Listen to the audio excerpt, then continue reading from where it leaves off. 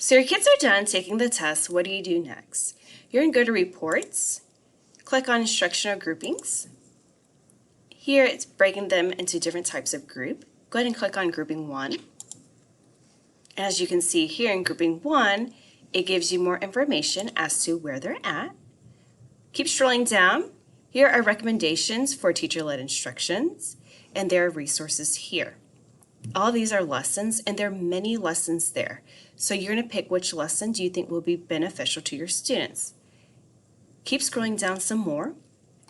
There are additional resources here that you can find here. As you can see here, you can't click on it, so you would have to go back and click on grade 3 in lessons, and I'll show you that in a second. I want to show you an example of something for instruction, tools for instruction. For example, they need help with 3-digit subtraction. This is what it is. So it's tools for instructions. It gives you the objective. It gives you the materials that you probably will need. It is step by step. It takes about 20 to 30 minutes for it. Keep scrolling down. There's additional problems here. And then what I like about here, it says check for understanding, what you observe, what the students may do, and then here's some other things you can try with your students.